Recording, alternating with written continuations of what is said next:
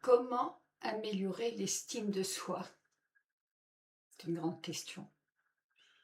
Améliorer l'estime de soi, ce n'est pas se réveiller un matin, ouvrir les volets, regarder le ciel et se dire: «Voilà, aujourd'hui je m'aime totalement, je rayonne, je suis une merveille de l'univers». Bon, si ça arrive, tant mieux, on prend.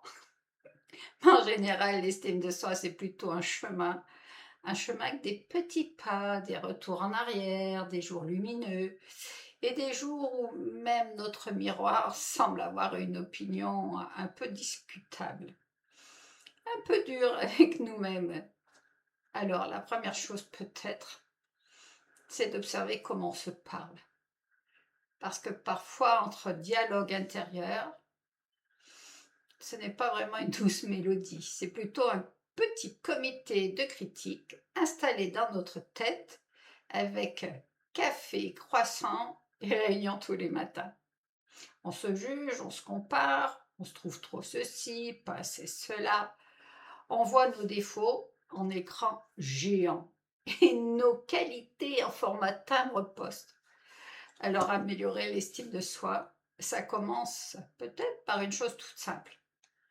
Se parler un peu plus gentiment, pas forcément devant le miroir, dire je suis extraordinaire, surtout si à ce moment-là on n'y croit pas du tout, mais commencer par des phrases plus douces, au lieu de je suis nul, essayer ouais, là j'ai eu du mal, mais je suis en train d'apprendre.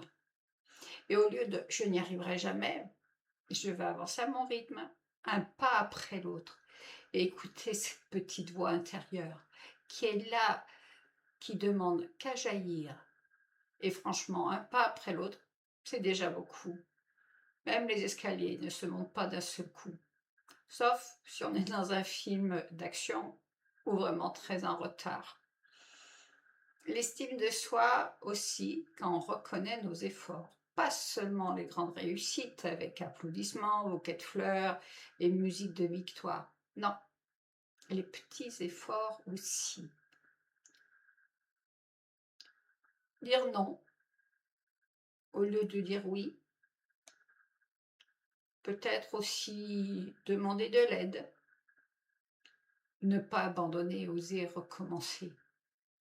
Et tout ça, ça compte. Puis il y a l'entourage.